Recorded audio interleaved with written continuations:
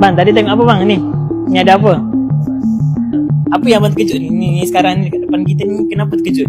Saya terkejut lah sebab pada sebutir beras yang sekecil-kecil miligram ni saya boleh nampak ada surah. Surah apa? Surah Al-Ikhlas Yang lengkap betul? yang lengkap tu.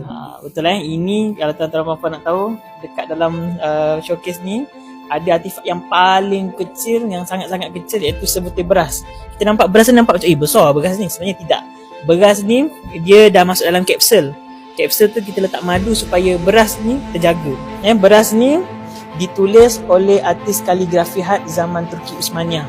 Dalam dunia dia buat ni pun tak banyak, ada beberapa sahaja dalam dunia. Salah satunya ada depan mata kita. Surah Al-Ikhlas yang lengkap. Kalau kita, abang fikirlah logik akal boleh buat tak? Memang tak boleh buat. Pernah lah masa dulu-dulu, masa kita ada, kita himpunkan orang kaligrafi di Malaysia, cuba tulis pada sebutir beras kan.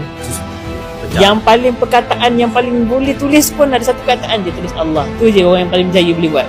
Ini benda yang ratusan tahun lepas. Kalau abang fikir get logik lah, macam mana nak buat? Dan pada permukaan beras yang kecil tu tertulis lengkap surah Al-Ikhlas. Kat mana? Okay, kita tengok pada kantar pembesar ni. Jom kita baca surah Al-Ikhlas sama-sama. Siapa-siapa tengok boleh jalan ke sini ya.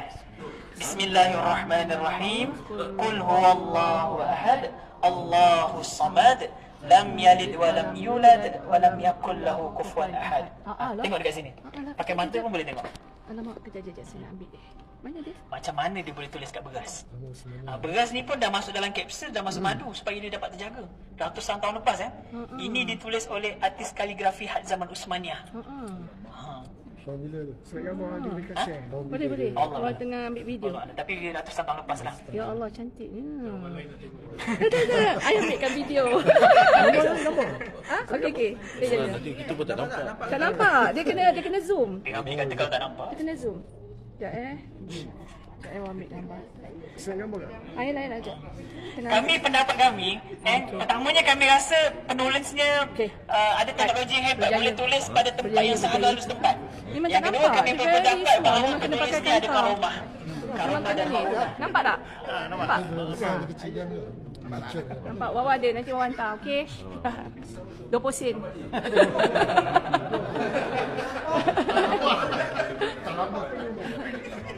Ni cakap saya tak cakap.